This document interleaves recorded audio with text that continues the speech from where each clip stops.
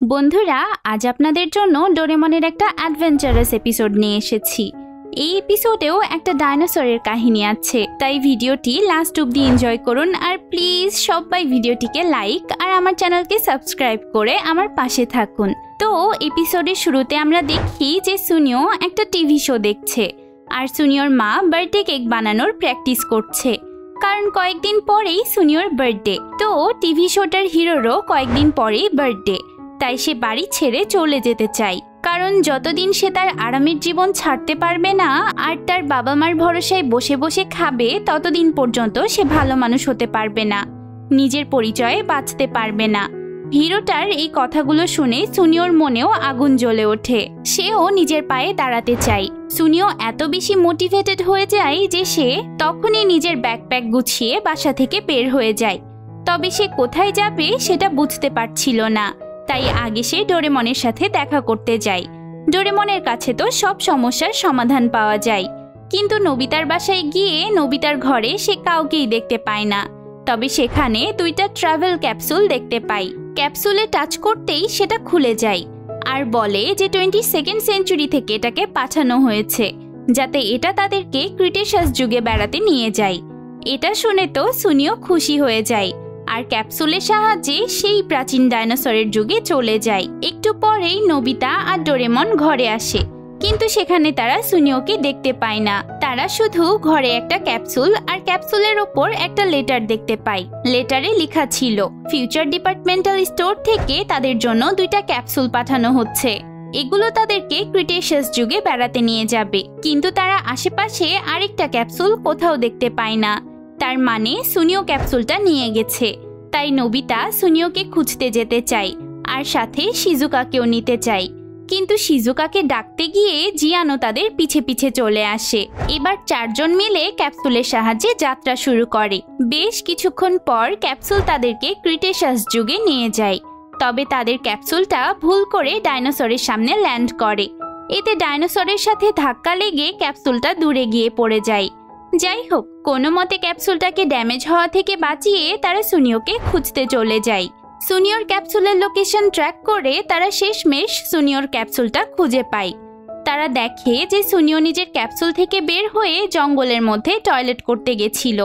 এতে ডোরেমন অনেক রেগে যায়, কারণ এখানে চারিদিকে বিভিন্ন ডাইনোসর ছড়িয়ে আছে। তারা সবাই মিলে সুনিওকে বুঝিয়ে বলে যাতে সুনিও বাড়ি ফিরে আসে, কিন্তু সুনিও সেই টিভি শো এর মতোই ডায়ালগ দিতে থাকে। সবাই তাকে বোঝায় যে এই ক্রিটেশাস যুগে বিপদে পড়লে কেউ তাকে বাঁচাতে আসবে না, আর সে কিছু খেতেও পারবে না। সুনিও তার গোল্ড কার্ড দেখিয়ে বলে যে এটা দিয়ে সে সব কিছু কিনতে পারবে। এটা শুনে শিজুকা বলে যে এই কার্ডটা তো সুনিওর বাবার, একটু আগেই না সুনিও নিজের পরিচয়ে বাঁচার কথা বলছিল। তাছাড়াও এই জঙ্গলে এই কার্ড কোনো কাজেও আসবে না। তাও সুনিও কারো কথা না শুনে সবার থেকে দূরে পালিয়ে যায়। তখন জিয়ানো তার পিছে পিছে চলে যায়, আর বাকিরা ক্যাপসুলের সাহায্যে সুনিওর পিছু করতে চায়, কিন্তু ক্যাপসুলটা জঙ্গলের গভীরে সবাইকে নিয়ে যেতে চায় না। তাই তারা ক্যাপসুল ছাড়াই সুনিওকে খুঁজতে চলে যায়।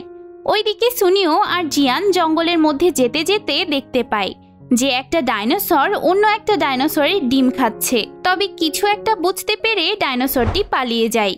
সুনিও আর জিয়ান খেয়াল করে যে ডাইনোসরটি সব ডিম খেয়ে নিলেও একটা ডিম এখনো ভালো আছে, তাই জিয়ান সেই ডিমটি খাওয়ার জন্য নিয়ে নেয়। তখনই একটা টাইরানোসরাস সেখানে চলে আসে। এই ডিমগুলো তারই ছিল। এই দানব ডাইনোসরটাকে দেখে জিয়ান ভয়ে পালিয়ে গেলেও সুনিও পালাতে পারে না। সুনিও ভয়ে সেই ভাঙা ডিমগুলোর মধ্যেই পড়ে থাকে।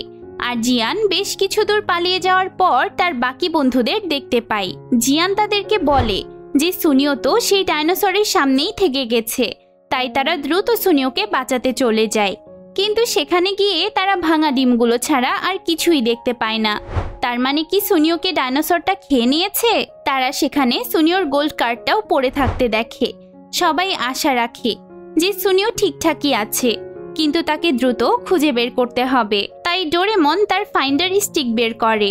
এই স্টিক তাদেরকে দেখিয়ে দেয় যে সুনিও কোন দিকে গেছে, কিন্তু স্টিকের দেখানো দিকে সুনিওকে খুঁজতে খুঁজতে সন্ধ্যা হয়ে যায়। তাই তাই ডোরেমন একটা ভালো জায়গা দেখে সেখানে একটা ক্যাম্পিং ক্যাপসুল সেট করে। রাতে সেখানেই তারা রেস্ট করে। কিন্তু গভীর রাতে জিয়ান ঘুমের মধ্যে একটা ডাইনোসরকে তার সামনে দেখতে পায় আর জোরে চিৎকার করে ওঠে।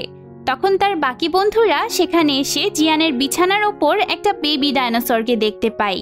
কিন্তু এটা এখানে এলো কিভাবে? তখন জিয়ান সবাইকে আসল ঘটনা বলে যে গতদিন সে ডাইনোসরের নেস্ট থেকে একটা ডিম নিয়ে নিজের কাছে লুকিয়ে রেখেছিল আর সেই ডিম ফুটেই বাচ্চাটা বের হয়েছে।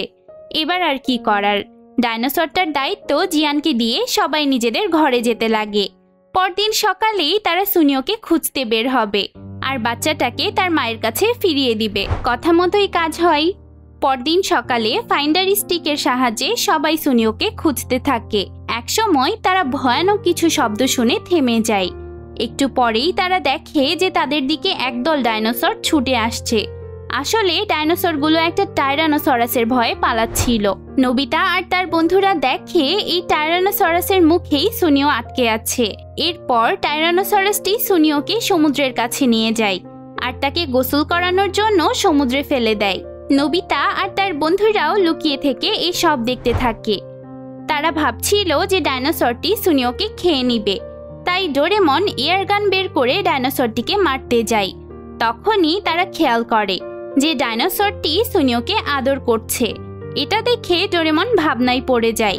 ডোরেমন বুঝতে পারে ডাইনোসরটি ভাবছে সুনিও তার ডিম থেকেই বের হয়েছে, সেজন্য সে সুনিওকে নিজের বাচ্চার মতো আগলে রাখছে।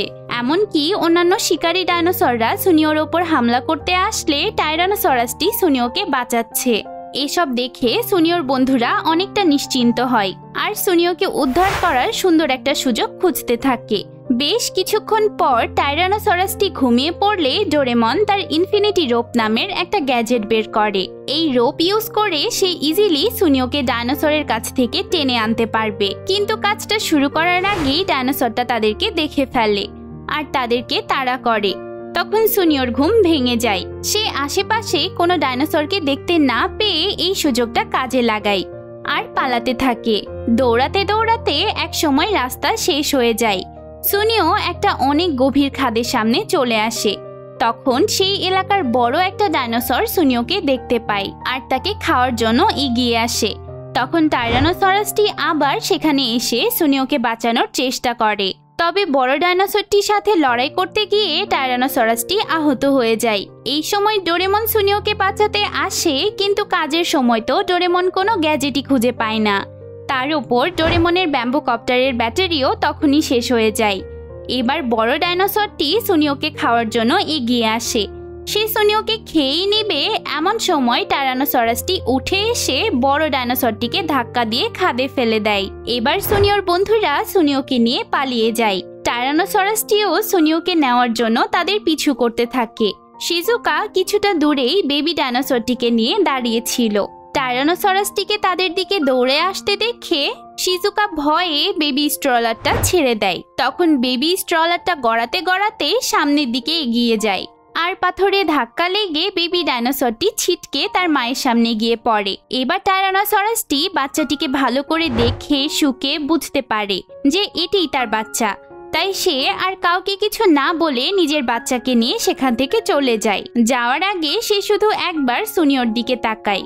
এটা দেখে সুনিওর নিজের মায়ের কথা অনেক মনে পড়ে, তাই তার ডিসিশন বদলে যায়। সবাই মিলে আবার নিজেদের সময় ফিরে আসে। এসব ঘটনায় সুনিওর মধ্যে তো কোনো পরিবর্তন আসেই না, বরং সুনিও তার মাকে আবার দেখতে পেয়ে খুশিতে কান্নাকাটি শুরু করে দেয়। তো বন্ধুরা, এভাবেই এই এপিসোডের এন্ডিং হয়। আপনাদের ভিডিওটি কেমন লাগলো তা আমাকে অবশ্যই কমেন্টে জানাবেন। দেখা হবে পরের ভিডিওতে। টাটা।